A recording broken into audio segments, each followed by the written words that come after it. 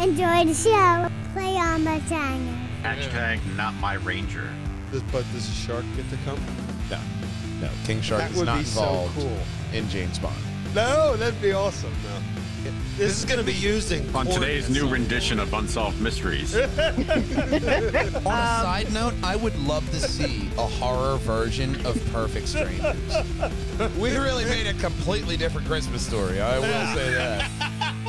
Oh, that's like a Kensington It's more Christmas like story. Welcome. Live for the 286th Perjangers and Wallhangers Media Network presentation. This is, of course, the only podcast to be more uncomfortable than a Final Fantasy VII porn being played during the Italian Senate. This is the Triforce podcast, of course. I am your host, Matthew Bugrell, the Mat Man. And, of course, in the Perjanger box, we have Katerina Thermascara, Wonderful Woman, and our omnipotent presence that is Big Brother, Stephen Bugarel. Hey. Our mascot, hero of time, Link Diablo. And popping in occasionally later is going to be one Christopher Bristow, the old man. But we do eventually gather together for all the latest and greatest in geek culture and nerdy news. And tonight, Mother Dragon's Secret Invasion. You'll shoot your eye out again. 2022 game releases and so much more on the Triforce podcast. And we want you to hop on over here to Perjangers and Wallhangers.com, where you're going to find all the crazy and luggy and nutty moments right up top. And on the second tab, Sunday through Friday, you're going to find myself and Big Brother streaming right here on Wallhanger Gaming. Go ahead and clickety-click on either of those buttons. You'll also find us live on the YouTube as well. I got to add that one. And I'm going through the Old Republic MMO. Of course, Star Wars is always a great game to watch or play through. And the Old Republic, 10 years strong, still a great story. Going through with our Jedi Knight Torif Ra, the Jedi Sentinel class. And, of course, Big Brother going through Skyrim. Yeah. Doing the Thieves Guild? Yeah. When there's not a bloodbath at work, sure. Okay. You know. It was a really bad day. Certain departments will do that. But No idea. one department of ours, which is very responsive, is that contact us button right at the back end of the tabs on pjandewh.com. You're going to be able to contact us. Let us know if you have a luggy and nutty car that you want to talk about. Maybe you got a podcast or an event that needs promoting. Do you have a business? Maybe you'd like us to go live there and just have all our Perjangers get aroused by your business. Tried not to make that sound dirty, but it just came out. Maybe we can move on. To our first story. Yeah. To where Mary Elizabeth Winstead joins Star Wars Ahsoka cast. While there isn't an official date for when the production on Star Wars Ahsoka is starting or when it's going to be released, the show is adding to its cast with the addition of Mary Elizabeth Winstead. It's not entirely clear what character she'll be playing, according to The Hollywood Reporter. It's not even clear if Mary Elizabeth Winstead is going to be taking a reoccurring role on the Star Wars series, or whether she's going to make a one-shot appearance. In addition to Dawson and Christensen, Natasha Liu Bordizzo has joined the show as Sabine Wren, and Ivan Sanko, didn't say that right, don't care, is also attached to unknown role. So Ahsoka's gathering a bunch of, like, you see the stories go through your feed on the picture of the actor who are going in it, and it just kind of fits in that Favreau-Filoni casting type for the universe, and especially with Ahsoka. Where do you want to see this show start off with her? Do you want to see where she left from Coruscant with the twins and the mechanic gang and, like, ooh, you want to see, like, after Rebels? Like, where do you want to see this pick up? I would like to see, I would like for them to address in the first episode what gets her to where we've seen her in The Mandalorian, and then take off from there. Like, I don't want to spend too much time on a story leading up to where we've already seen her now. Yeah. Just a quick montage of stuff like that first episode. You know how sometimes they do some of that back and forth. They show a scene from the like they did with Boba, something like that. But just limit it to that first episode, because although I'm sure it's important and relevant, the path that she's already been on, we've already seen her at this point now, where she meets and names Grogu. Now, the first in thing The Mandalorian, there's no point in starting before that, in my opinion. You can always go back to that later and have a meaningful backstory in that.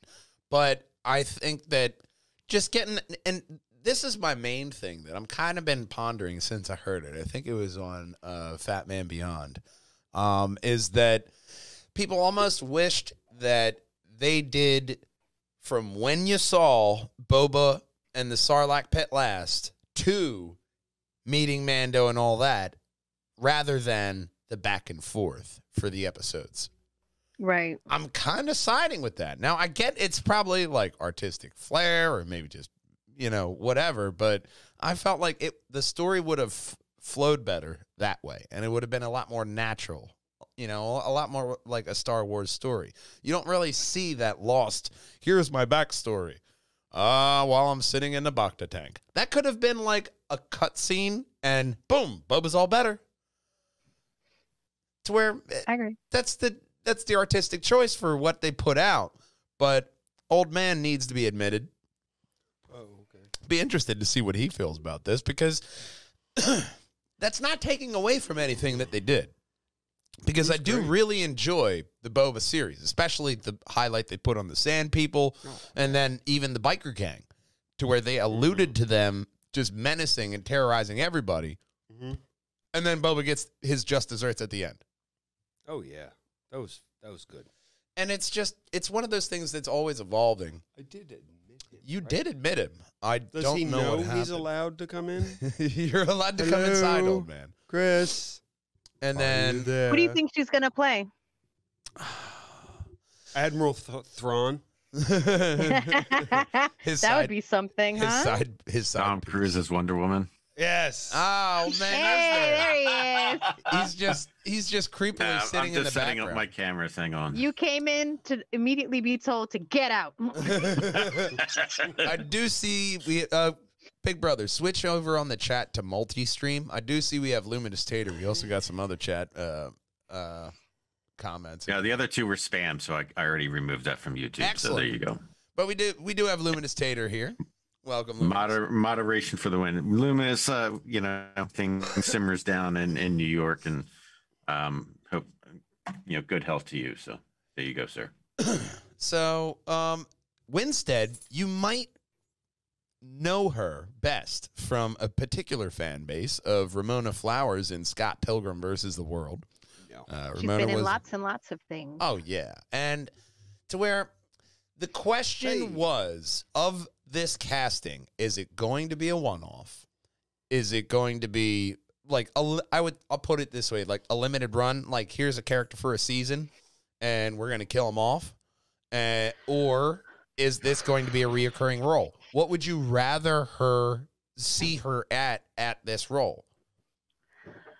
I would like as limited amount of her as possible. So I'm hoping it's not someone like super integral. Like Bo-Katan in Mando. I don't want to see your face. I would like that level. You know what I mean? Like I want to see that I would like to see her in like two maybe two episodes. The Disney stores no longer need their paper bags, so there you go, Kat. There you go.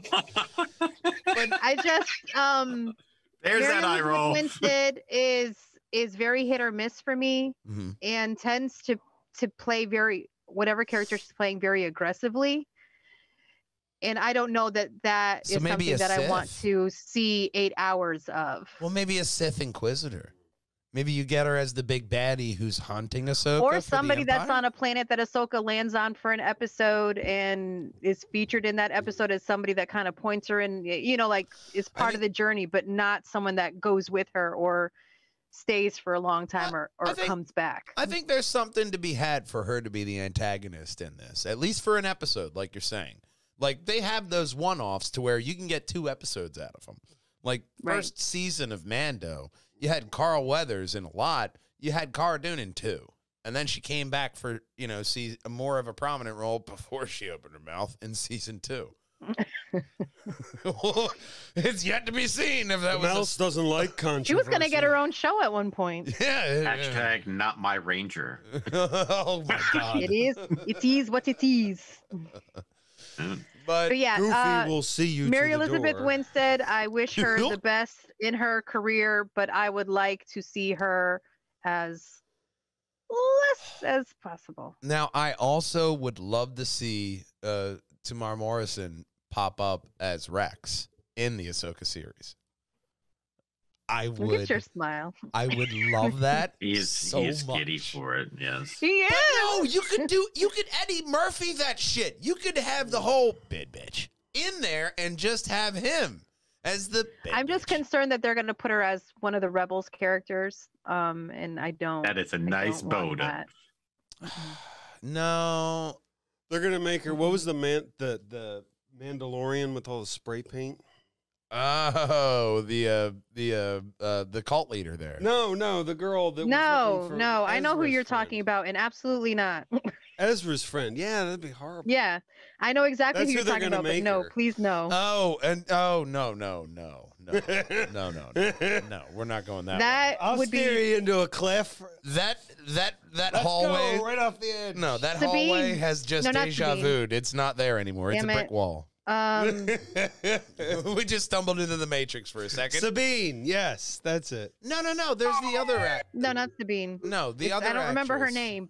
No, the other actress is Sabine. They already cast her, and that was actually really good casting. We talked about her. This actress is did somebody different. Like, I don't want her to be Hera. I don't want her to I'm be really Sabine. just, I I'm just don't. trying to horrify you. Honestly, with that face, right Hera? there, I don't mind Hera. You add some. I don't know. Add some Hera fucking is too prosthetics important. to that. Absolutely not. Why not? She's Hera a boss is too ass important a bitch. character. Hera is too important a character. Absolutely not. Scroll up a bit so I'm not cutting off her chin. Um, There we go. I know. Just I saying. loved Hera. I I'm just loved. saying, I would you could totally make her the Hera. make her the seventh sister. Make her one of those. All right. Yeah, there you go. I would totally accept Win-win that. for everyone. Yes. This has been Perjanger Casting. Yes, it has. Email us. Here, over here. But Over here. there's also been another bit of casting in this next story because the mother of dragons herself, Amelia Clark, is revealed, giggity, in a new set photo. If you scroll down. A nude set photo? No, a new set photo. It might have to load up because it's Steven? the direct. What? But with the original source of material, the actual I haven't actually watched this, but it has all the shit. But this is where we're seeing her. Being a massive crossover event starring the Avengers, X-Men, and more. It remains to be seen how unclear how the MCU will adapt the Skrull invasion storyline with its similar casting looks like. and scale. So she's in Secret Invasion, and as of now, Secret Invasion has yet to announce a premiere date, but recent evidence suggests that it may begin in 2023 as it connects with the events of the Marvels. Filming is currently underway in the UK, and new set photos have offered us a look into one of the mysterious new characters. There are actual still photos if you go above, I believe. Here we go. And then another one there. Let's So look at this fascinating video. they all have that Really? horrible wind hollow sound in the beginning. They of all these. have that stalker vibe about these videos. I'm watching her This walking guy into has the also spent a lot Very of time Joe. in the bushes. Look, she's Looking walking into the creepy. building. Yeah, look, there she went. This is only the This is going to be used in someone's. This is going to be used in On court today's at new some rendition point. of Unsolved Mysteries. This photo was recovered. She was from last seen outside this store. if you've seen her. This man was seen recording her from the bushes. So, but we get a bunch of... I'm John Walsh, and this is America's Most Wanted. It's not reality. It's Oh my Twitter. gosh. He's newly released a set of photos from Marvel Studios' Secret Invasion, originally shared by Leeds Live, offered the first look at Emilia Clarke's mysterious character in the Disney Plus series. The images You know, come stories from... usually end with Chris Hansen on Dateline. Yeah.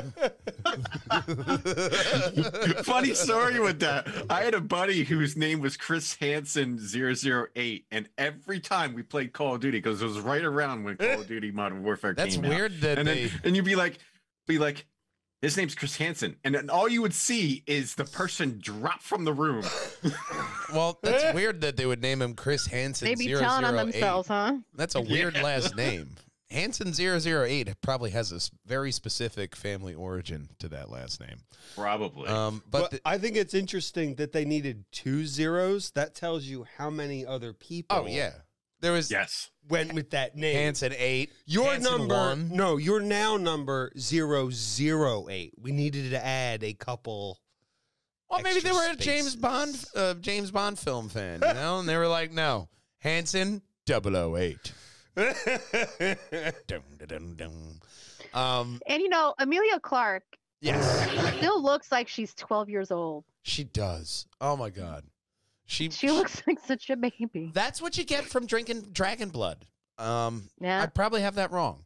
The images come from the ongoing film taking place in the city center of Leeds in the UK town. A video shared on Twitter by Not Gonna Try That. Sure, why not?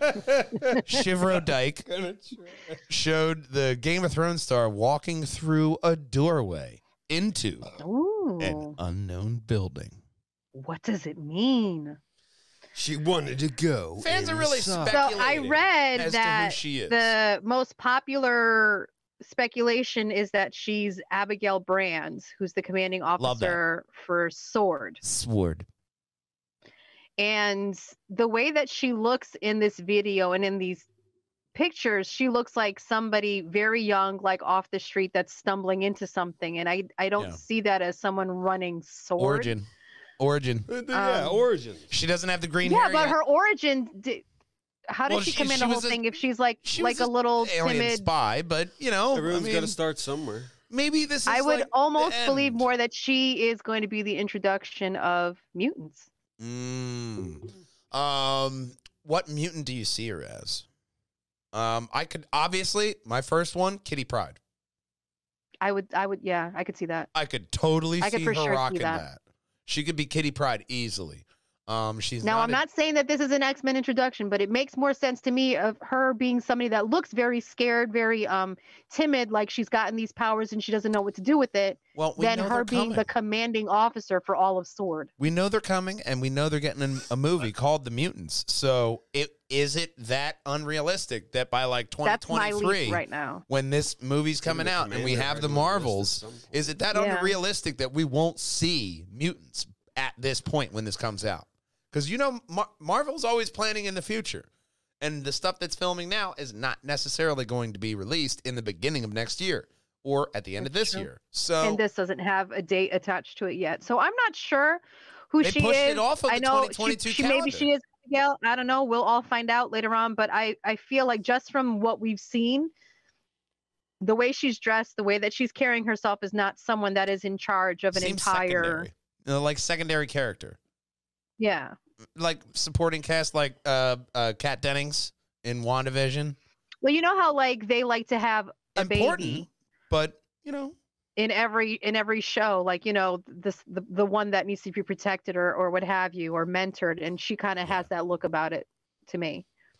now I definitely Could see. be a flashback. I could see her as some kind of That's power. true. It could be a flashback for sure. If you're gonna do a flashback, start in the beginning. Yeah, it could be. This flashback. is what happened in the Yeah. past. Now we got it. Let's move on. Big brother with the logic, man. Beating you with the logic. Very stick. true. If we're gonna put Very the true. makeup on, let's do it once. Yeah, Know what I'm saying? make her look real dollish, which does not Make her take sit much. there all day once. Get it the hell out of the way. Yeah.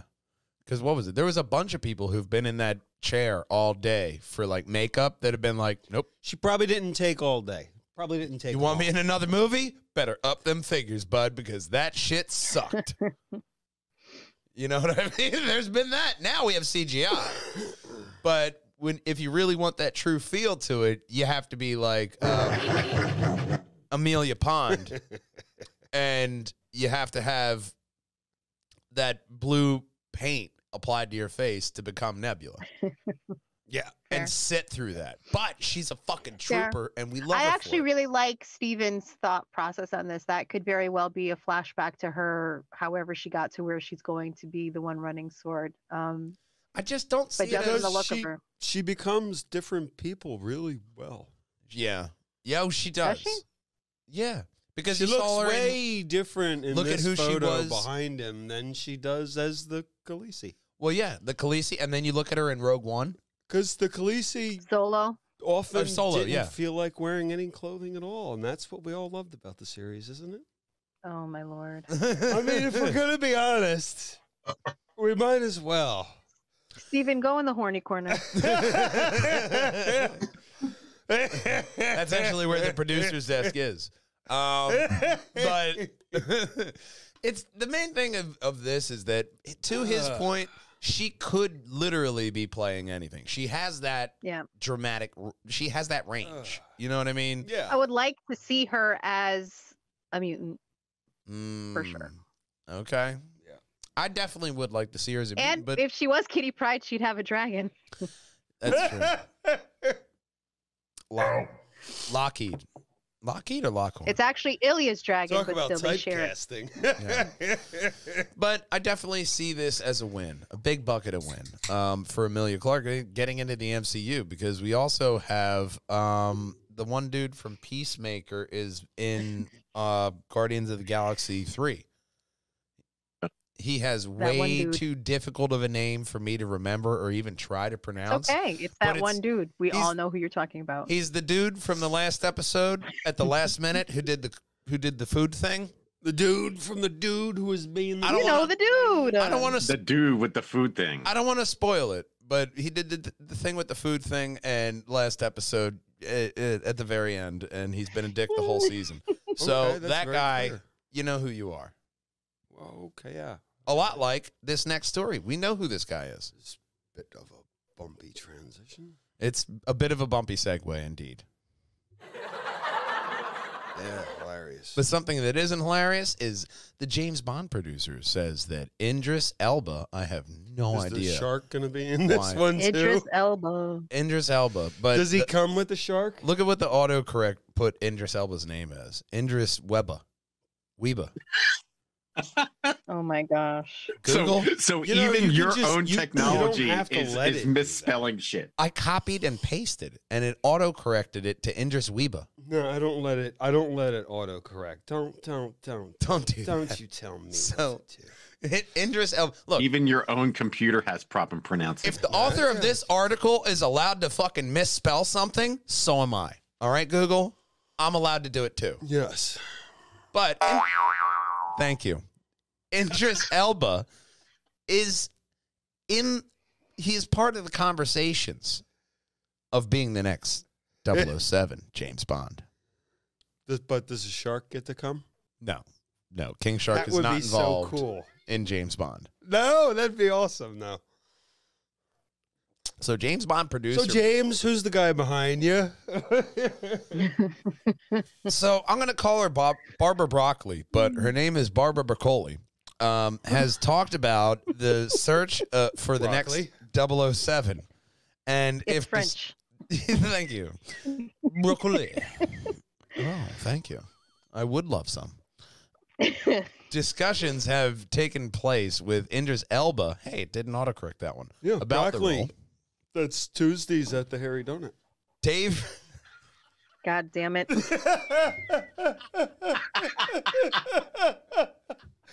got a special.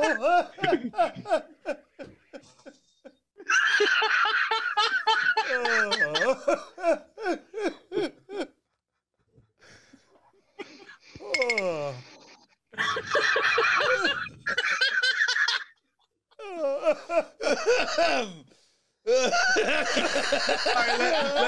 Let's try to rewind this back. All right, here we go.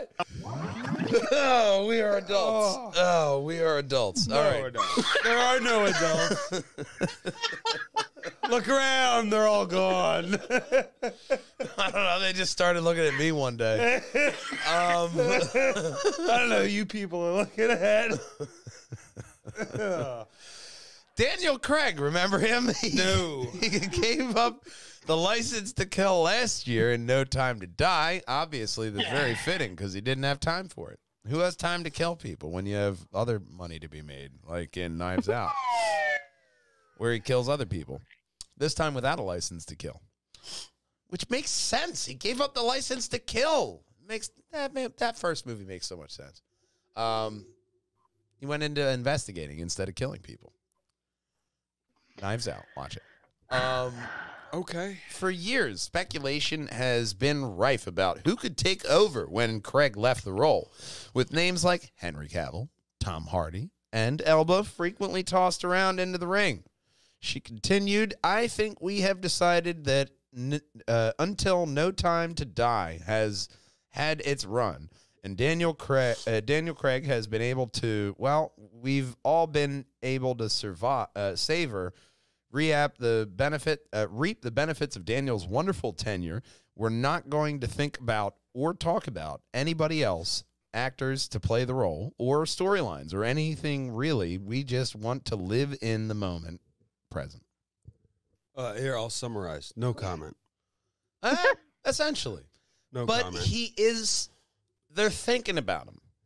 So out of the names mentioned here, Cavill, That's nice. Hardy, or Idris Elba, which one would you rather be the next James Bond? I think it's time for Idris. Yeah? I like would King have loved Shark. Idris 10 years ago. He's 49 now. He's going to be 50 this year. I vote for the shark. And they usually try to make at least 3 or 4 James Bond films So you're going for Stallone? with each of James Bond. I think he's too old. Brosnan was doing King Bond Shark, until 60, so. obviously. Yeah, but Bronson also was too old. He should have gotten it back in Remington Steele. Was it Look, Remington Steele? Just because they hired Remington Steele, yeah. Just because Yeah. they Back hired when- somebody else that wasn't qualified for it doesn't make that a benchmark. Bronson Pinchot? Saying it wrong. What am I even saying? Anyway, I'm not Pierce the one Brosnan. to judge you on saying Pierce Brosnan. saying something wrong. Bronson Balki Pinchot, from Perfect you went Strangers. from Where did I 007 to go? Perfect Strangers. Hey, Balki, are you going to use that knife to kill somebody? Cousin Can you imagine? Larry. That would be amazing. That'd be like what is it? They call it like Your drunken. shit, Cousin Larry. Here I come. Oh my God. Anyway, On a side note, I would love to see a horror version of Perfect Strangers to where Balki is just constantly The trying original to is the horror murder version, cousin isn't it? Larry. Like Larry just wakes up one day and Balki's like hanging a noose around his neck, If like, you "Oh, hello, misplace- you cousin." guys got me so Call him twisted up. one more Pierce time. Brosnan should have been James Bond a decade before he actually was. By the time he came in, Oh yeah, that they was had like. to kind of rework it, and those movies were not as successful as they should have been. Well, when you look and at, then like- that also meant that we got Timothy Dalton, which wasn't great Bond either, and I don't blame Timothy Dalton for that. But that was Idris just like a Elba, low period in writing, yeah. I mean, he Roger is Moore, Sean a brilliant Connery, actor. probably I the love best. him in everything that he's in, but James Bond needs to be somebody in their 30s so that they can carry the franchise forward for the next decade. And Pierce Brosnan. although had I that, have nothing against any of these 3 men, they're all talented and amazing actors in their Yeah. own right Give and him would another all number. be phenomenal as James Bond. I do think that they're tilting a little bit too old. It should be somebody in their early to mid 30s. I mean, Pierce Brosnan. And none of these men fall into that. Pierce Brosnan had that kind of creepy uncle vibe to James Bond. You know, a little Well, bit that's too why old. like Roger Moore stopped being Bond Yeah. because he was like, I'm getting to the certain age and they keep on casting these women between 19 and 25 to play my romantic interest. He's like, it felt creepy to him. Yeah. And I respected him for that because other men don't yeah. seem to have a problem with that. I mean, look, man, when it gets to a certain point, the old man What the heck was even that? he starts getting really like AM morning DJ radio with his button use, so you just have to excuse him. But I think that there is a rich cornucopia of actors under the age of 40 that could fit that role. Yeah. And it doesn't have to be any of these three very well established, you know who I was making good money actors. After seeing what we've seen of Batman, right? I actually thought Robert Pattinson wouldn't be a bad James Bond. Or dude from Kingsman. Like, why not, throw it up there? And if they want to make it a person of color, which I'm totally down for. Damon Wayans. There are. Yeah. There you go. Well, they have. I'm going to get you, sucker. And Ivory. I'm trying to be serious here, guys. Could you imagine Damon Wayans and he comes across Homie the Clown? Katarina's just trying to keep that wheel straight, and all of a sudden I just jerk that There's fucker to the right. Jordan Bolger, who is in Peaky Blinders, brilliant actor. He would make a fantastic James Bond. Yes, He would. Absolutely. So I don't have, like I said, and then you have Kingsley Ben-Adir, who was Malcolm X. He would make a fantastic James Bond as well. So if they want to bring in someone of color to do it, you have so many talented people out there under the age of 40. Why these three men who already make an astoundingly good living on established, well-liked franchise characters? We got a contract to fill out. Bring some new blood in. We got movies to fill I out. love Tom Hardy, but he's in everything already. And give somebody else a chance. They like him because he's already established. He's got draw. He's already put butts in seats. That's the thing. And he's a sure thing. Especially right now. Go with him. You got to go for the sure thing in this COVID time. I mean, but aren't they all actors? Shouldn't they just be able to act? Well, there's that political aspect. Find someone who looks right. Couldn't they semi-reset the series and just go with a limited action series of a young origin story? But look, they were trying to do that with Tom Holland. If they're trying to stick with the source material, which are the books, it is a very physical character. James Bond is a very much brute force type of character. So if they want to go to this suave, debonair spy that they did more along with Roger Moore and Timothy Dalton, because these actors were people that didn't do that much action and were a little bit older. Get me back to the gadgets. Then that's fine. But if they want to go back to the source material, then what we got with Sean Connery and Daniel Craig is much closer to the books than the other iterations of James Bond. So if they want to stick with that, which I personally really enjoy Daniel Craig's James Bond, they need to get somebody younger. I just say get me back to the gadgets. 50. I don't care how great of shape he's in. Get me back to the gadgets. We need him for the next 10 years. But also, you got to start younger. With the whole James Bond, it wasn't just the gadgets. It was the espionage. And like what you were saying with Sean Connery, there was, I forget which Bond film it was, but he was trying to see if anybody was getting into his hotel room when he wasn't there. Oh, when he put the hair. And he put the hair there. And I remember first time seeing that, I think that's Dr. No. Yes. That is fucking genius. And I was just like, holy crap. That kind of spy, Jason Bourne really kind of evolved that series with the action, but it still had that, I'm a spy. I know how to do these little things and tricks and tips that help me know where I'm at and where I, almost like a spider's awareness, And that's what I really appreciated about that. Connery was my favorite Bond, honestly, because he just had that. He had that. Well, that was the closest to the source material at the time. So yeah, I get a man of action, a man of power, a little bit rapey, which I'm not fond of that part, but. He was a very physical James Bond, and that's what James Bond. He was the one that went in to do the wet work, the dirty work, not Mr. I don't know how to say it, Mr. Debonair, Mr. Smooth Operator. That wasn't him. You think Richard Madden would be a good James Bond? Boom! Youngish. Oh, different Madden. Acting to acting. It's probably a different Madden. Star Q. Next time I see you, you're going to be in black. 35. That's fine. 35 is good. you can get 15 years out of that guy. No, I'm down. I'm down for Richard Madden or Kit Harington. Either one, but they're busy, aren't they? Well, maybe not Richard Madden anymore. Chris was a little too emo. I would have no problem with Richard Madden. I just, like I said, I think it needs to be somebody in their mid-30s. Not somebody pushing 50. Yeah, you could just already hear him saying, "The name is Bond, James Bond." I could see Richard. What about Tom Hiddleston? Nah, because I want him to do Loki at the drop of a hat. I want his schedule to be free for Disney. I'm gonna say what I say all the time. Give it to somebody that doesn't have such a full workload already. Like Tom Arnold. So Dwayne Tom Arnold is out of the mix. No, Dwayne Rock.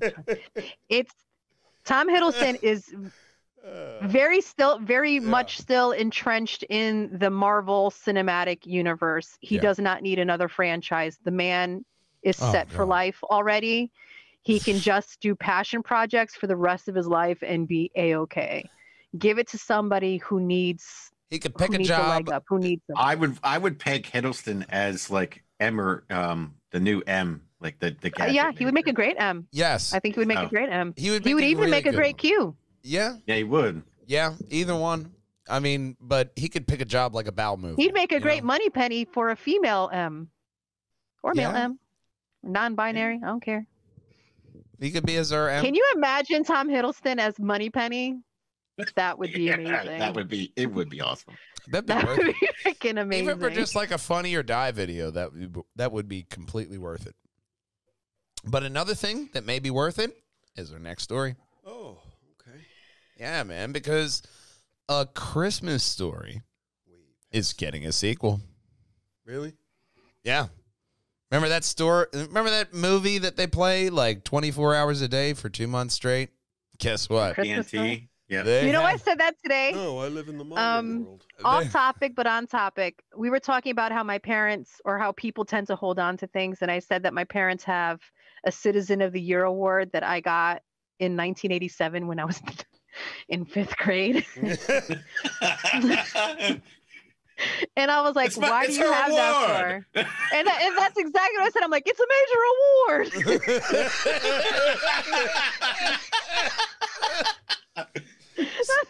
I want it. So although anytime I see any kind of packaging, I see fragile. Anyone I can't help but say it. Has never read the word fragile again. It is always fragile. And then you always follow up with must be Italian. Oddly enough, I follow up with what a lamp. So anyways, please continue. Is it anything that distract liquid sex from the window? I don't like that phrasing at all. No, phrasing. That was the line from the movie. It made it sound even dirtier when a dirty old man said it. Yeah, you're welcome for that. But phrasing aside, one of the greatest American holiday films of all time is Bob Clark's A Christmas Story.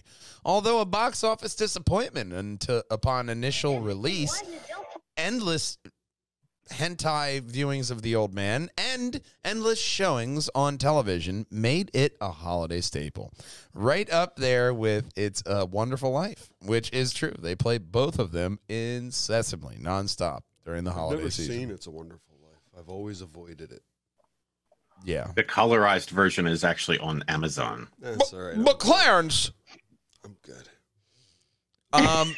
Catchphrases like, "You'll shoot your eye out, kid," and gags like the infamous leg lamp have become iconic. Cable channels run it 24/7, marathons of the film on Christmas Day. And now, as the movie approaches its 40th anniversary, it's getting a sequel at long last. Announced via The Hollywood Reporter, Warner Brothers and Legendary Pictures are teaming up for this continuation.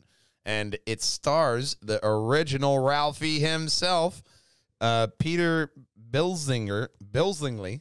Really? Billingsley. There you go. Billingsley. Hey. Titled A Christmas So close. Story. Claytis, the Christmas Chronicles, will be at the helm. The script comes What from story are you reading? Nick Shinko. Nick Shinnick? There we My go. God. I'm just making up names as I go along. So you have the Christmas Chronicles and people from the Gran Turismo involved in this. The story will take place in the 1970s, featuring an adult Ralphie returning to his house on Cleveland Street to deliver his kids a magical Christmas, just like the ones he had growing up. Although the neighborhood's not the same, and they're infested with heroin addicts now. Oh, no. It's going to be a vicious shootout. No, 70s, you're at crack. I think you're coming into the crack epidemic. Oh, okay. Yeah. So it's going to be the crack game. He's going to be a crack dealer. Ralphie, So he's going to put that BB shooting to experience. Ralphie's brother's freebasing in the corner. I'll shoot your eye out, asshole.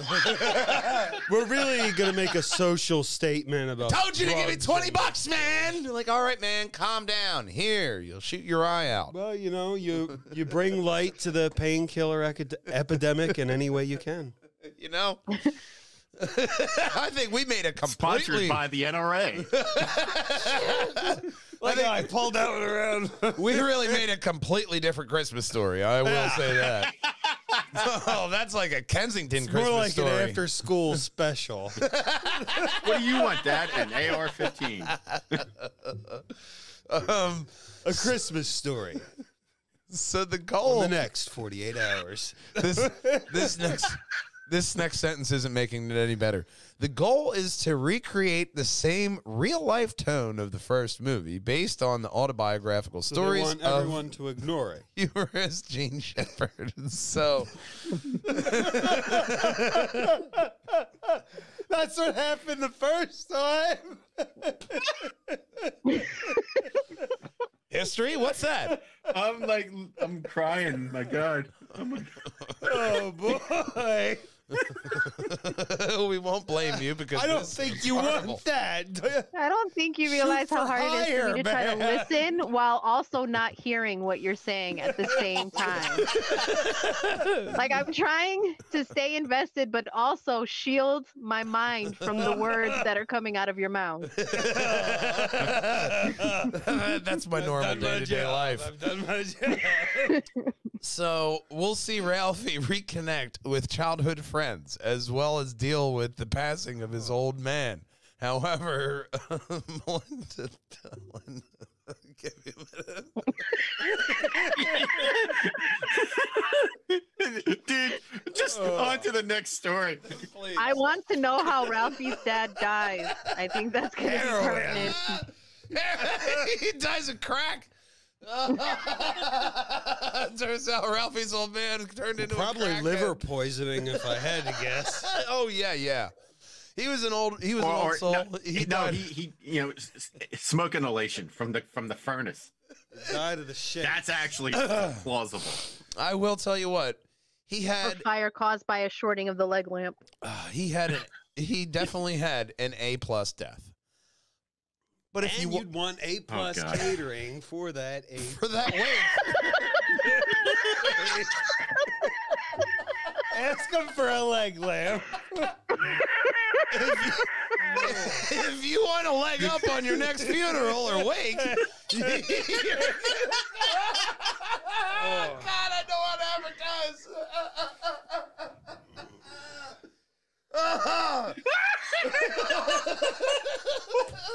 So I just want to point out at this time that all four of us are not 100%. We're either getting over being sick or currently sick. And I think that has affected this podcast. it became contagious. None of us are in our right minds right now. Oh, but if I was in my right mind, I would tell you to hop on over here to facebook.com/ You could just edit that part out. a We could do a real commercial. I'm here. legitimately At some turning point. red right now.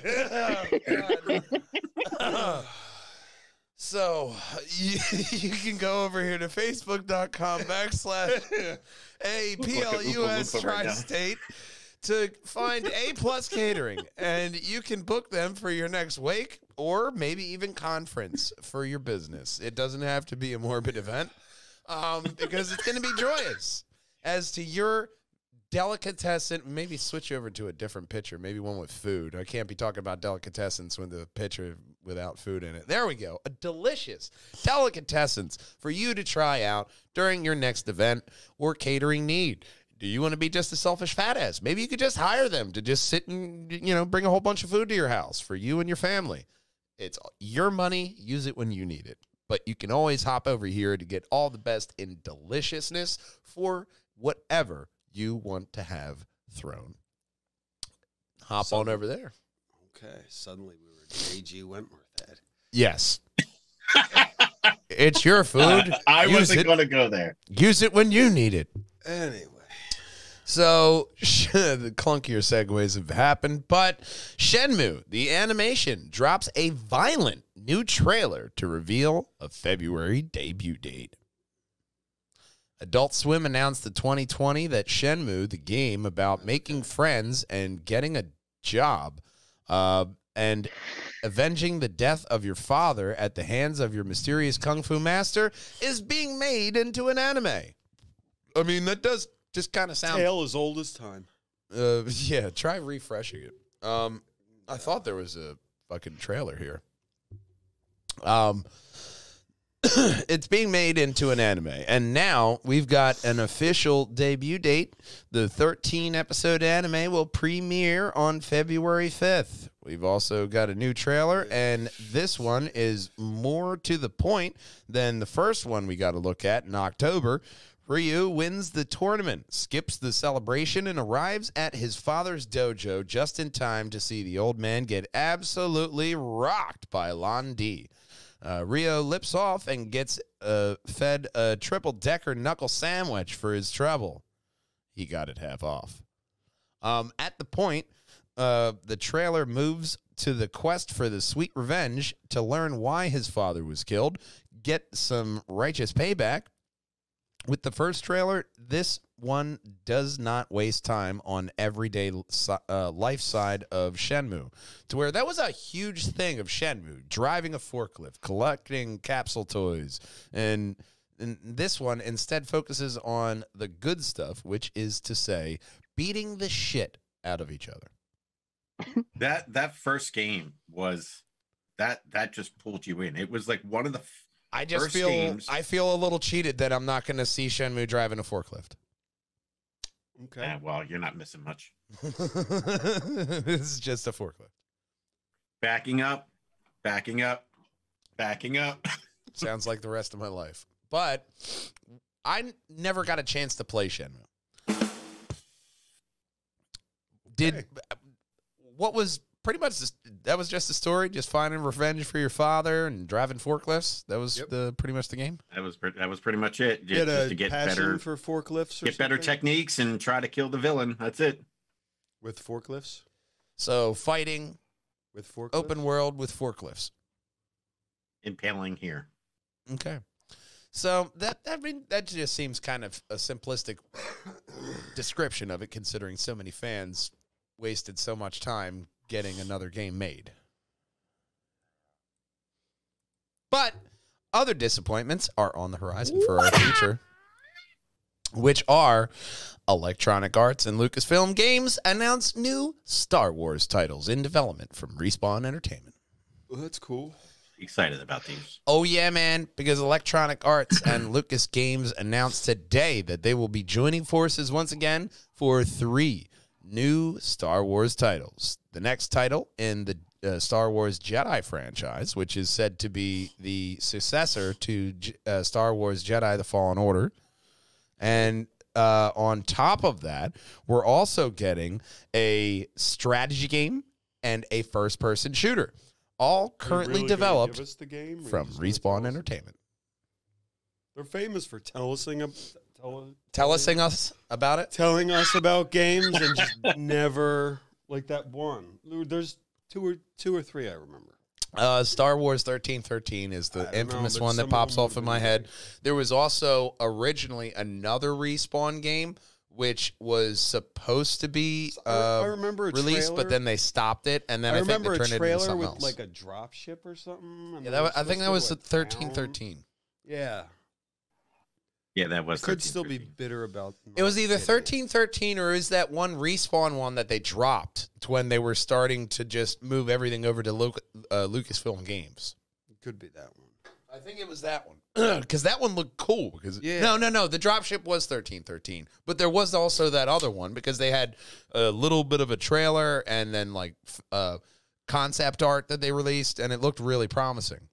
Yeah. But now we're getting the strategy game is being developed by XCOM game developer, so that just makes sense because what was that one Star Wars strategy game? The Empire something? Galactic Empire. That one ran forever. And fans really love that one. It's still alive and well today. On the PC Master Race. So you have that. Strategy seems good. First person shooter. Battlefront. Now, hopping in, you'll enjoy Battlefront 2. But both games had a very rocky launch. They did. They were shit. But it is in a very solid state right now. Now, for the Fallen Order sequel, I think all of us can get into this conversation as to what we want to see next. Because with the Fallen Order, we see Order 66 and the ramifications of that. Fans are saying for this next series of Star Wars Jedi games, they want to see the Purge of Mandalore. Where would you want to see, logically, coming off of Order 66, what Jedi tale would you want to see with either Cal or another Jedi who made it out of the Purge? Oh, what would we you need another one. Would you want to see Cal or would you want to see another one? And where would you want to see it? Do you want to see it continuing right off of the first one? Or do you want to see it as a linear? I want a linear story, so then 3 would be the team up. Mm-hmm. Okay. Because then you can add it weird. Then technology will have progressed to the point where you can have that mechanic of, either 2-player co-op or like the partner system with Guardians, like Guardians of the Galaxy, or you could do it solo. Now, Kat, Old Man has asked you in the past to do a game watch of The Last of Us. The one that I ask you to do is a game watch of The Fallen Order, because I know you're a Star Wars fan, and doing a watch of the story of that game, I think you will just soak in so much of the lore and everything that they put into that game, to where when I'm not going on the Old Republic right now, I'm hopping over to that game, and because I haven't beat it, and I want to see that whole story unfold for me, and I'm excited for this next Jedi franchise, especially if they keep it in that Dark Souls light, because you can do just the story mode or easy and really have a fun time and not be really too bogged down with the grindiness, because that's my main problem with the Old Republic MMO, is that it's very, very grindy, and that takes away from the amazing story, which is what Star Wars is all about. And I don't want that to necessarily affect any of these games in their telling of the game. I want them to have, just like Star Wars, a solid story behind each one of these games. Because if you're having a first-person shooter, obviously, first thing you have to go to is give me a Call of Duty of either Imperial, Republic soldier, First Order, a Imperial soldier after the fall, after Palpatine was killed, in the forming of the First Order. Give me that as a game. Give me something that's really rich in the mythos, to where you wouldn't expect a first-person shooter to be this good, Call of Duty-wise, like Modern Warfare. The story for Battlefront 2 actually, exposed a little bit of that. Well, yeah, but give me that soldier story, to where you have Hollywood pictures telling soldier stories and they get fucking awards. Give me that award-winning soldier story in that first-person shooter. Because we've gotten that kind of caliber quality out of first-person shooter games that have focused on story before. The story was good. I finished it. Item Versa was a... Oh, no, that one was really fighter. great for Battlefront 2. The story was excellent. Yes. The story in the first one was shit. But they did correct it for 2, and they did overall correct things for 2. Do you just want to see Battlefront 3 out of this first-person shooter that they're making? And then giving this control over to Respawn for that, as opposed to... No, that was still EA. Still EA. But it wasn't Respawn EA. Respawn EA has the Star Wars credit right now. And they've done Fallen Order, but they also have done Titanfall, which is still an amazing game. Do you think BioWare still has Star Wars credit? Because of what they still do with the Old Republic? Is there any Star Wars credit there with their game? I think they have, like, from a narrative perspective, they know how to craft a story. So I think it's a combination of the two. You might have people, because they're under the EA umbrella, you might have people like helping out the narrative direction. But they're not going to get rid of that cash cow. So they're going to keep that. Yeah. Beneficial for both BioWare and EA. I mean, there's a lot of really talented people in all of these games, but Respawn, I honestly have a high expectation from them, but that's only because they have delivered on it. You know, it's like Insomniac. They have a certain reputation to where if they are accepting a franchise property like Star Wars, Marvel, anything like that, they are going to come with a certain kind of quality. And we see that with Insomniac with the Wolverine trailer. It was him sitting at a bar, and it was the most interesting 2-minute trailer you would have seen ever. Because you saw claws and dead people. Like this next story. Well, I mean, there's probably some dead people in this next story. We're just going to kind of peruse this. I thought it would be, I thought this mainly when I didn't know there was so much news here. 2022 game release schedule. Pokemon Atris, that's coming out in January.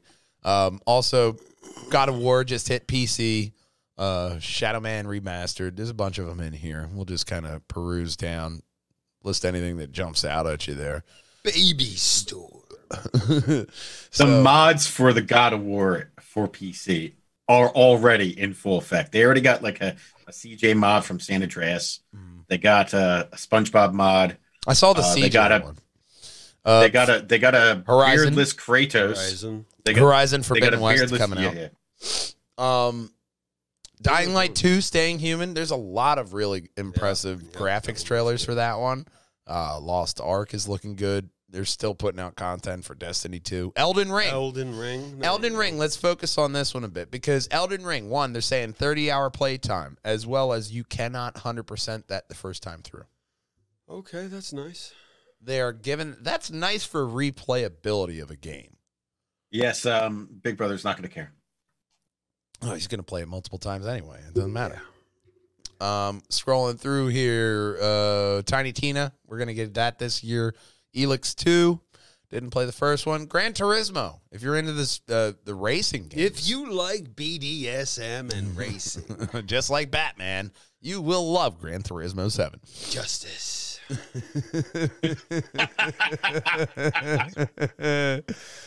Tiny Tina's Wonderlands. Next one out of the Borderlands saga. Weird West, Lego Star Wars, the Skywars saga.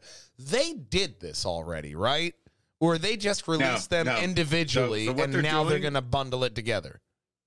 No, it's a completely new iteration. It's just like now they're adding the voice acting because in the previous ones they didn't have the voice acting. So I feel they're adding everything. This is just Link going from one side of me to the other saying, no, I'm a completely new dog, man. I didn't get a treat yet. Treats too. Nope, I didn't get a treat yet. I don't know about that other guy. Like that Bugs Bunny bit. You know, he just keeps going to either side of me with a different disguise. Although the mustache is the cutest one. We have Forspoken and Vampire Masquerade. The sequel to that one's coming out in May. That one's been pushed back a couple times. That was an interesting game. Saints Row. Oh my God, the new one from that, August 23rd, coming out on all major platforms. God, rebooting it. Damn, yeah. That that is the reboot. Yeah, it could be good. So you get another racing game, test drive on Unlimited Solar Crown. I don't know. Starfield in November. BioWare's next big franchise that they're starting is Starfield. And I kind of feel like if they're doing like Fallout or Elder Scrolls in space. Is BioWare or Bethesda? I'm sorry, Bethesda. But yeah, no, Bethesda with Starfield. You forgot the end. It's a silent end. You don't see we don't know if they're gonna fuck it up yet. So I'll give them credit. I'll call them Bethesda.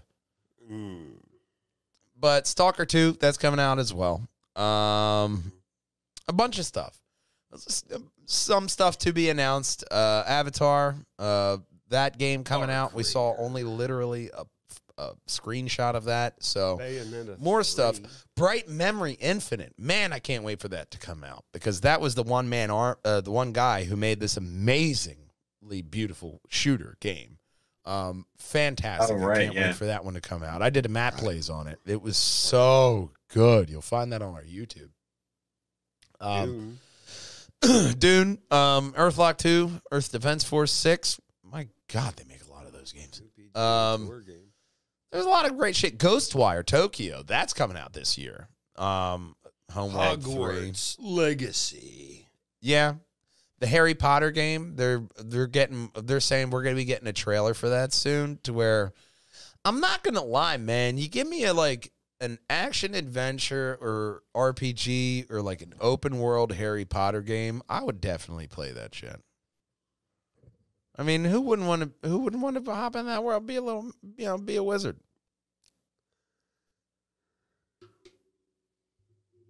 I mean, I know how you feel, Kat. I'm just saying, as a premise, it's an enticing thing. It just sucks there's that kind of hazy, luminous game.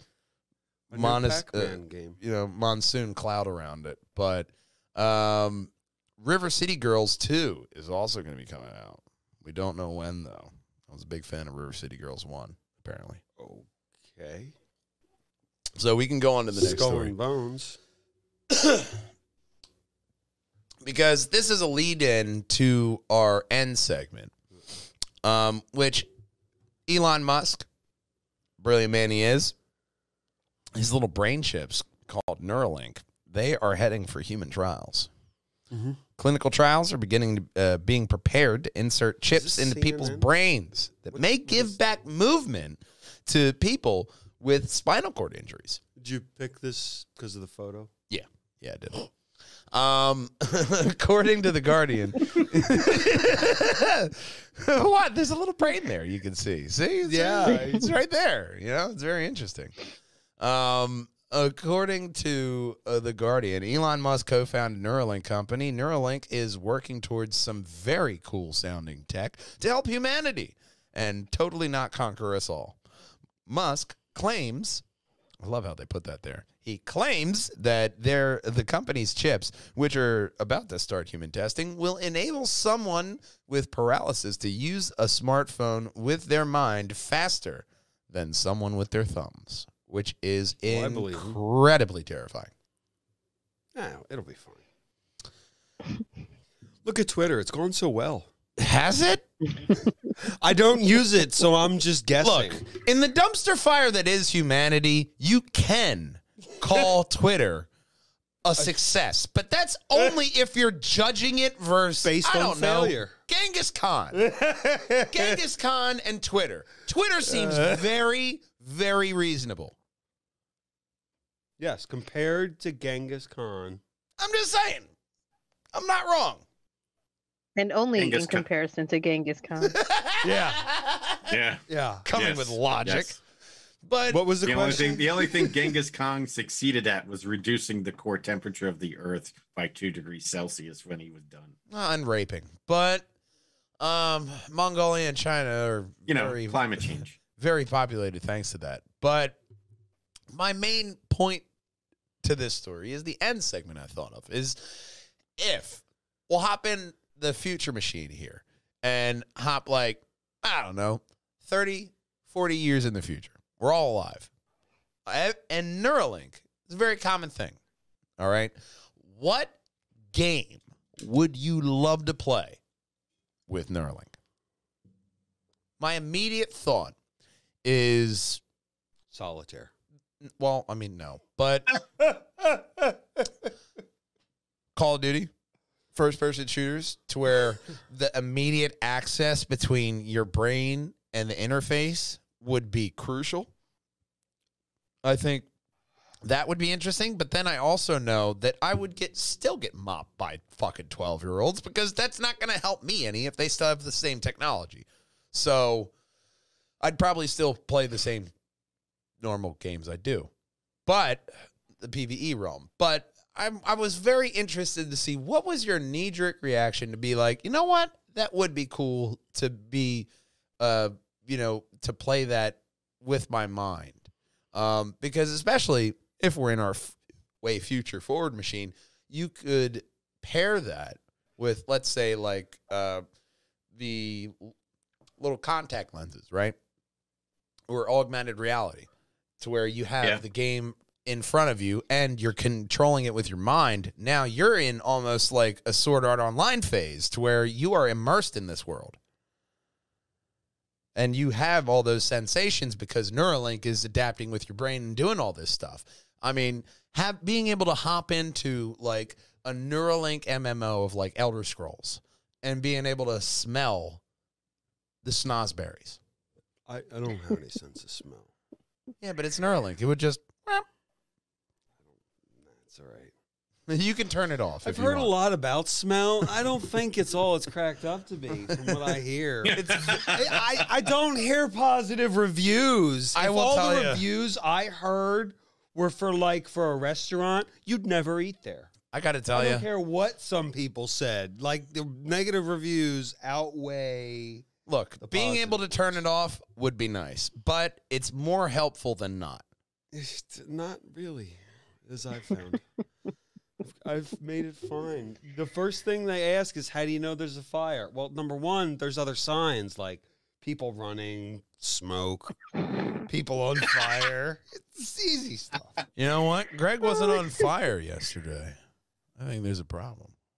And After generally, I there's finish people going, do you this smell TPS that? report. And which I say, no, but please describe Okay. it. It's fascinating. So outside of your realm of smell, what's a game that you would like to hop into this AR Neuralink world that I created? I don't know. Because you already know mine, Fable. Yeah. I was a Billy Badass at Fable, and I love that. So the Neuralink is essentially Horizon Zero Dawn. That's all it really is. Well, yeah, but the Neuralink is more the interface, and then that graphical, because I got this from the extended TV spot from the Batman, was he had the contacts in his eyes to where in the Court of Owls comic, he used that to immediately be able to access his back computer as well as like thermal vision and other helpful things. So if you have like almost that contact interface to where it's directly into your optics and the Neuralink, that's a completely immersive experience.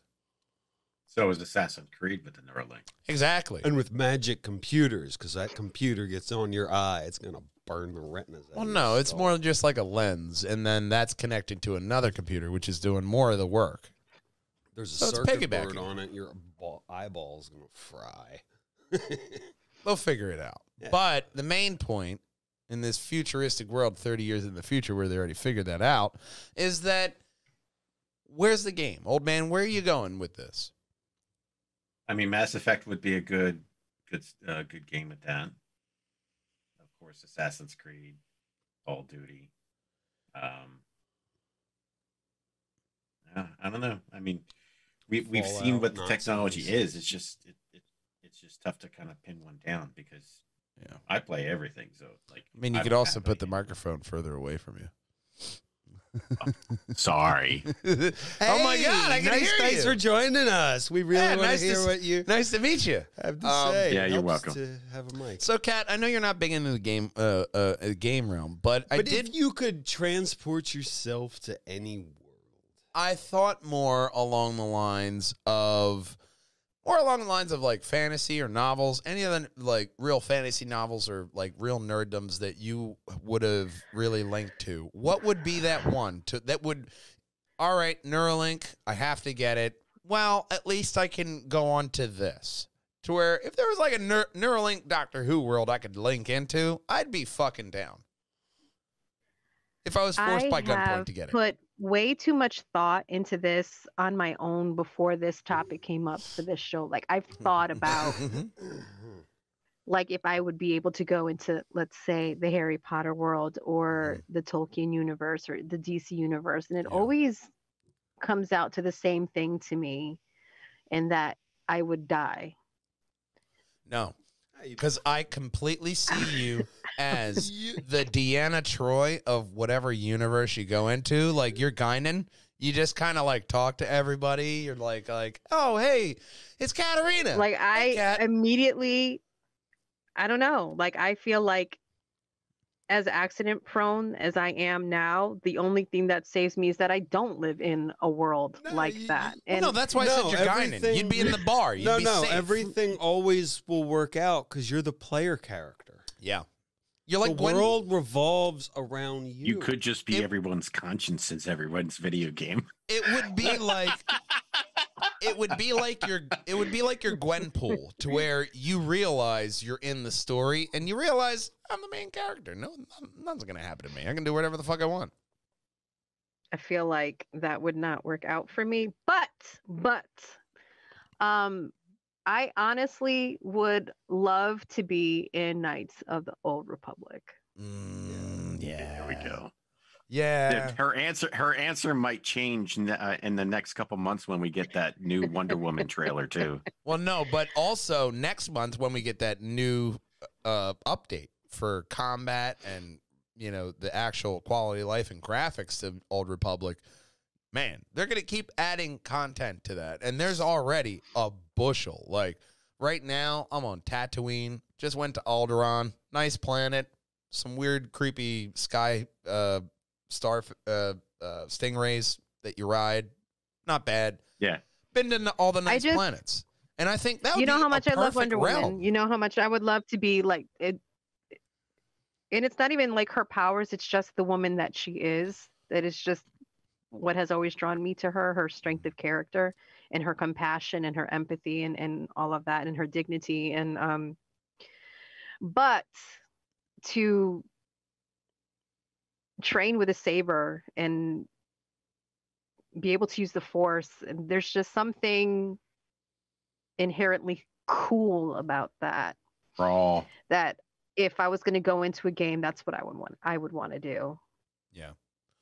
I mean, also Wonder Woman, I kind of feel like that would be more like we have to ask light or dark. Well, no, dark. Wonder Woman would be more of like a survival. There we go. Great all day. Well, Wonder Woman would be more of like it'd be more of like a survival game, because you'd just be doing a bunch of tasks in Themyscira. So I kind of feel like it would be really. And Themyscira is a paradise. Letdown. So there is definitely a draw, but I almost feel like that would have been my obvious answer. And I did consider it, but then I just remembered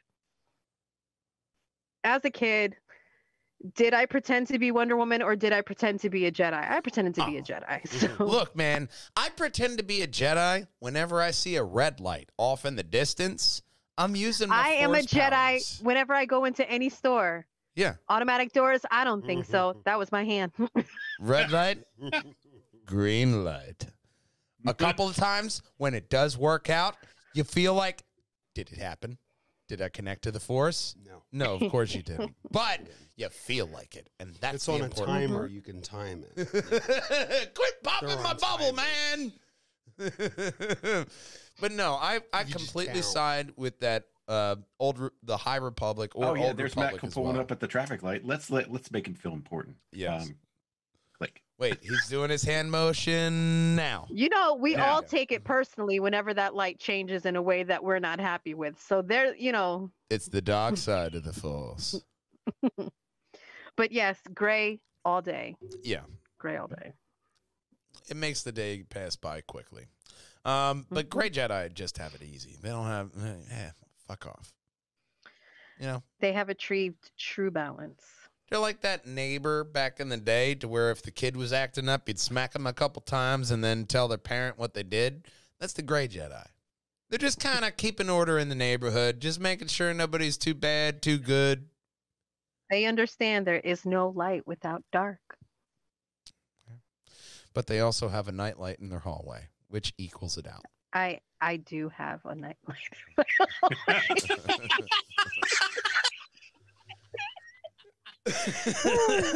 So that checks And out. that's going to be the final TikTok for today. yeah, well, but we end off this podcast the same way, and that's with the thank yous. We want to thank you to our man Luminous Tater, Conrad Dabrowski, as well as Alejandro Gomez, Matthew Kennedy, and Mark Gervais. Moiselle Robinson, thank you all for liking, commenting, and subscribing, and generally supporting the podcast. And, of course, we always end off on a long, drawn-out goodbye. I am your host, Matthew Bucarell, the Mat Man. In the Perjanger box, we have Katarina Thermoscara, Wonderful Woman, as well as our Christopher Bristow, the old man. Omnipotent presence that is Stephen Bucarell, Big Brother, and our mascot, Hero of Time, Link Diablo. It doesn't matter what kind of nerd you are, we gather here every week, and we thank you for joining. And until next week, we love you, we miss you, we want to see you then. Game on, boys and girls. Bye-bye. Oh no, we gotta end it. Shut it God. off. Oh God. All right, bye-bye. Bye-bye. Play on Perjangers. That was a good segue. Our Island Kelly. I'm glad that's like our sign off now. I'll leave it to the final bye-bye. So, it's a thing. Podcasts go up, and we just keep knocking them down. And I sent you a link, by the way. I saw gunner.com. Yes. They are glasses that reduce blue light filtering, and it's been proven to reduce nausea and dizziness when playing video games. There you go. I was listening to Rogan, and I realized that I've been walking wrong my entire life. I saw that video. I've just been walking wrong, and I never thought about it. But when you try to walk the way they tell you, you look like a baby duck.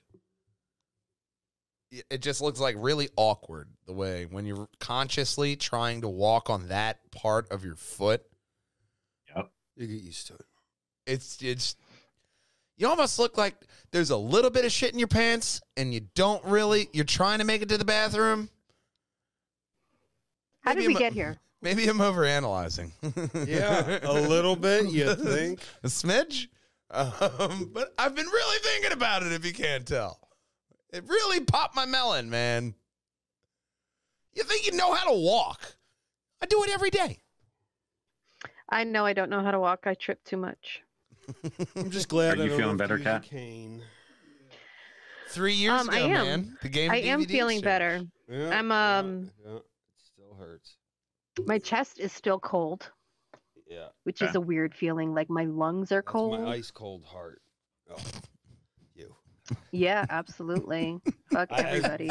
Just speaking out of personal experience, that's why my chest is I just cold. love how he internalized It's the that. Like, my ice lungs are cold cold. heart. Like, yep, it's my ice cold heart. That's it. No, other way, bud. Oh, other way. okay. Right, Oh, right, you. Oh, you other got that people. too? It's COVID. It's COVID. It's a different thing. This is a new feeling. You got to send me this recording because that is going to be a TikTok too.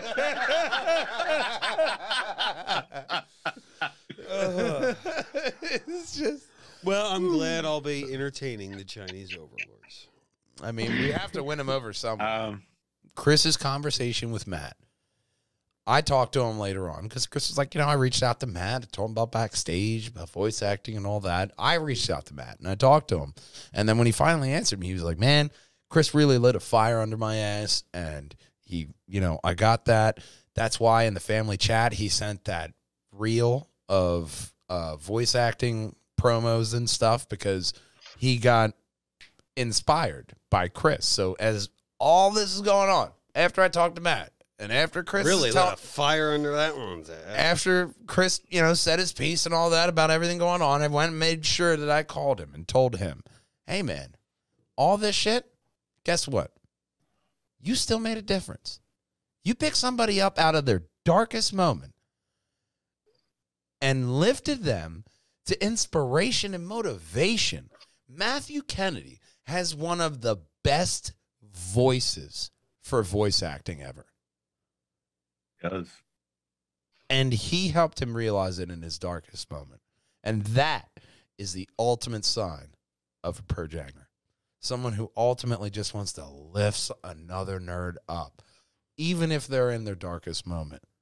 Because in brightest day and darkest light, no oh my nerd, God. Yeah, that's right. You were doing so well. No nerd shall escape his sight. Right. Oh my gosh. Let those who worship cowardice's might beware his power. Old man's might. And remember to use the code word justice on Tuesdays at the Red River for 2-for-1 drinks. Gotta wash the taste of broccoli out of your mouth somehow. You thought it was the last TikTok. I thought it was over. We don't deserve you, Chris. Especially Steven. No, you guys put up with my bullshit sometimes too, so it's all love. Lawful chaos, lawful neutral. What's that whole meme? Big Brother. It's Big Brother's true definitely neutral. Yeah, Big Brother's definitely chaos. You're definitely lawful. I'd like to There's think I'm lawful neutral. good, lawful Lawful neutral, and lawful evil. Oh well, And then there's chaotic good, chaotic evil, and chaotic neutral. And then there's neutral, and That's true neutral and neutral good and neutral evil. Yeah, that's a whole podcast end segment on us picking who is what. You Steven need to put this video. Chaotic evil. Chaotic evil. You need to put this video Yes.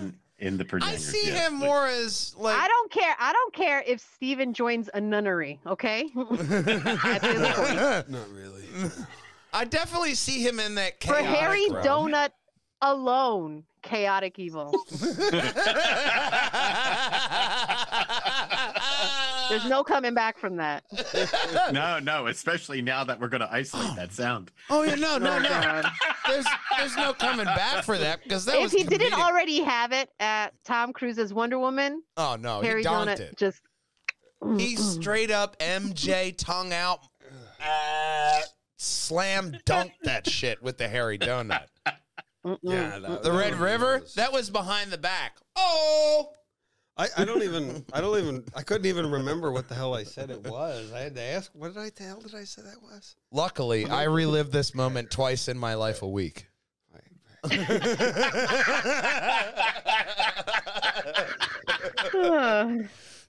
Including this one. Inception, bitch. But my ultimate end point here is that it honestly is the highlight of my week coming together with all of you, because it doesn't matter where we are in our lives. Every week after this point, we are all a little bit better because of each other. And he's got to pee like a racehorse. Well, yeah, that too. But I mean, I'm pretty good at holding my bladder by now. I'm not going to say I'm champion level, but I'm pretty good. I love you guys, and I'm so thankful that Chris and I met through a Facebook page. Well, we met back in the day before that was a thing, but it was pretty much the same thing. We worked together. Giant. Yeah, at Giant. That was Facebook before Facebook. Yeah, when his kids were You this just tall. met when you were working at Giant together, and then that was your friend for the rest of your life. You don't know My how head much I hurts. needed today. Hey, man, that's why we come together. I remember when my grandmother died, and we never stopped the podcast because I knew it would help, because it's therapeutic coming together and talking to your friends and family about, even in the end credits here. I mean, I edit some stuff out that I think is too personal, but I still find it very therapeutic, even for the listener, that we're opening up about things that we are going through that may help them in the end from our collective assessment and support, because that inspires people. You know, when I always tell people that work for me, the first time you say fuck it, the second time is even easier.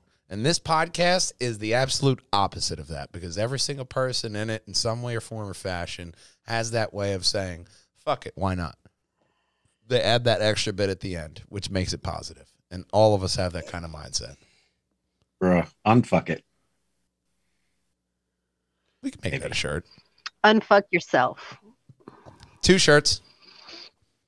Hashtag Perjangers, Perjangers. Hang on. Remember, keyword justice. That's on the back. I thought that was the safe word. Not the keyword. On the back, Red River, keyword justice. What's this? Oh my God. Man, we're all about onions around here. Where was it? Tell me. Tell her I when had no you tested idea. positive. I still have no idea. You know, tell her when you I have tested no positive. Symptoms. Last Friday. Well, I do, but my head always hurts. My muscles always ache, and it's just getting old. Yeah. So, you know. Well, that's how it was for me. I woke up on the Wednesday. Just every day. That's every with day. a headache, like a sinus headache, and I just figured it was a sinus headache. It was just as other stuff started happening, I'm like, okay, this is not just my regular kind of. Well, that's what he got me kind of. He got me kind of thinking, like, hey, wait a second. I mean, maybe it wasn't the flu. Like, I wasn't diagnosed. I just told him a couple symptoms over there. But yeah, I mean, I don't know. No, because they tested me the week before, and I didn't have it. And then they tested me Friday. Apparently, they needed the National Guard to do it for some reason. Oh, really? Okay. Oh, I just had mine done at a CVS. You didn't get the National Guard. I'm like, no. They're like, oh, we're not going to test you anymore if there's no symptoms. I'm like, great. I'm never going to be tested because, like, I'm on an aspirin regimen. I take enough aspirin to kill a horse every day. Yeah. Like, so I'm never going to I had pneumonia, went to work, they took my temperature. Never had a temperature the whole time. So, like, I didn't have a temperature either. I went to work for 3 days with pneumonia. And then on the 3rd day, well, technically 4th day, I went to the doctor because the 3rd day I went home. And he said if I would have waited till the 5th day, he would have hospitalized me. So, I mean, I did not know. I just got some chills, some fevers. Now I know that's when my body's telling me, hey, fuck you're sick. They wanted to hospitalize me, but they didn't have the room. So, like, I guess you can go home. So, Kat, what did you think of last week's Boba Fett? Are you still liking it as much? Oh, really? I'm still finding it enjoyable. I'm watching 2 episodes at a time. Oh, that's a smart idea, too. I can't do once a week. Like, I need to have more than one to watch.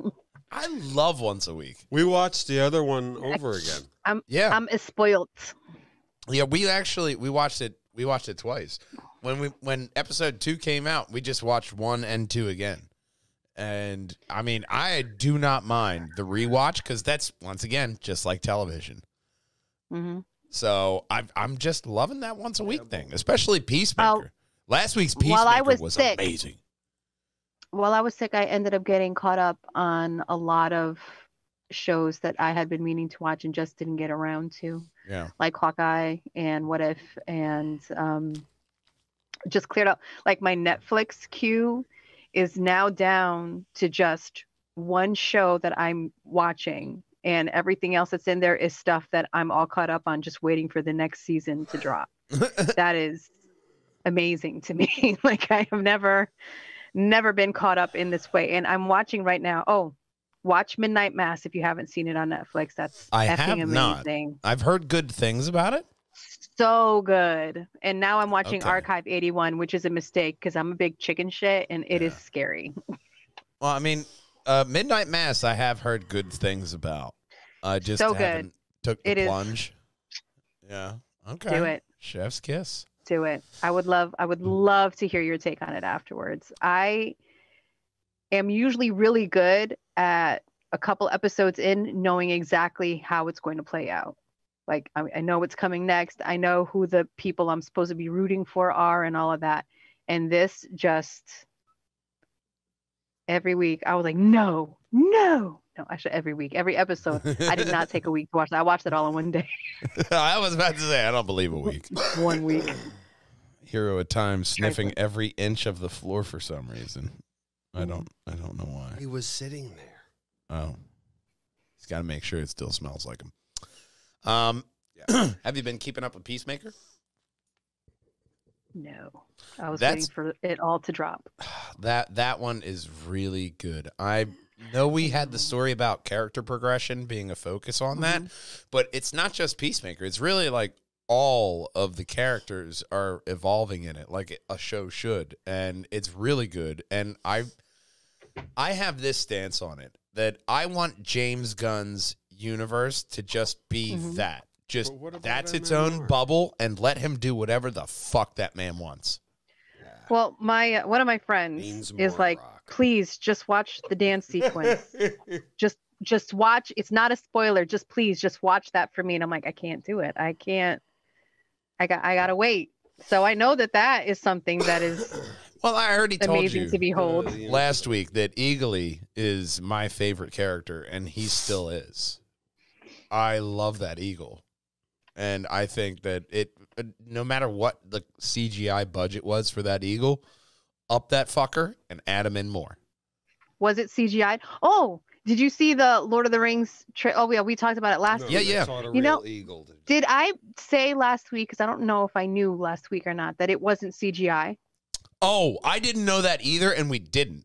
But that was all like live, and I was like, holy shit. When I saw that video, my respect for that production just went all the way up, right? Because I saw that story after we talked about it, and I was like, well, why didn't that pop up before when the fucking trailer came up? That should have been included with the trailer. The trailer like, it should have been in there.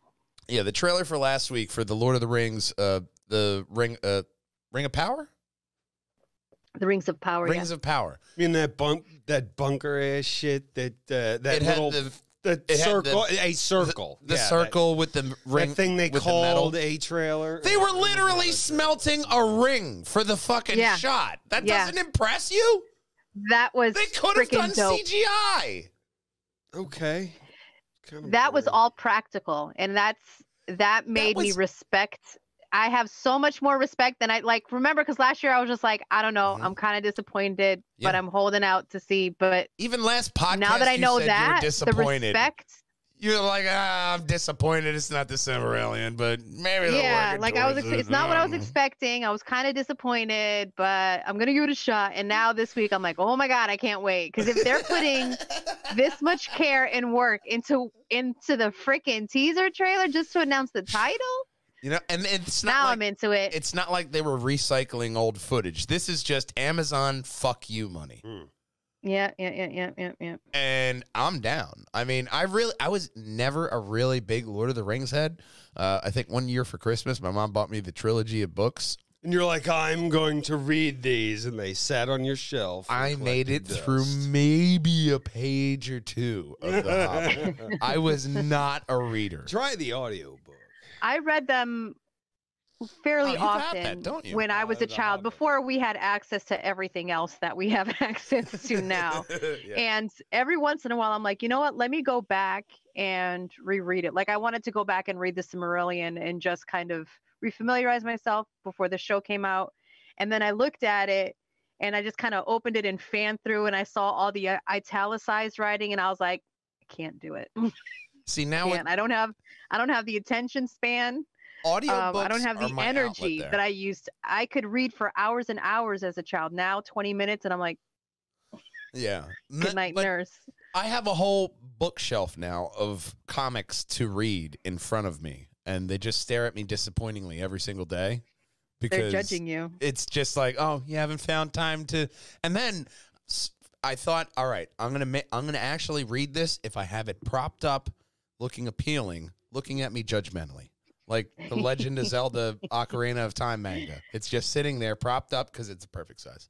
And then I have 3 Jokers, which I really want to read. I just have them both propped up, looking at me like, you're going to read us eventually. But I have a handful of Neil Gaiman graphic novels that I was so stoked to get. Yeah. And so ready to read. And it's been like 3 years. I have not cracked open a single one. Oh my God. There are some comics I bought from Ollie's that I was just like, oh my God, I can't wait to read this. It's on the shelf now, looking me right in the face, like that one meme of the black guy with the glasses, like, And then my friends are like, why don't you do audiobooks since you listen to podcasts? I'm like, I listen to podcasts, but I'm not really listening to them because once I get into whatever I'm doing while I'm listening to the podcast, it's all background noise. I would not absorb anything.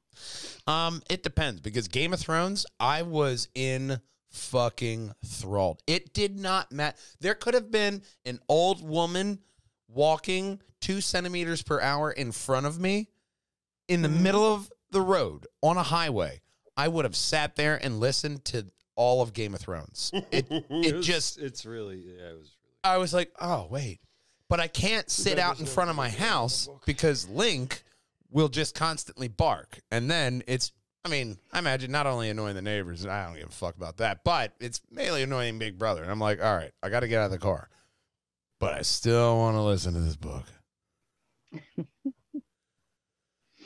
It's like a good podcast, like ours. But if you like ours, we want you to like and comment below. Hit that subscribe button right there, right above my head. You're going to find the very best Perjangers and Wallhangers video for you. And above our cardboard Kelly, well, that's going to be every single Triforce podcast in a playlist. And, of course, as our main man Connor says every week, bye-bye. Bye.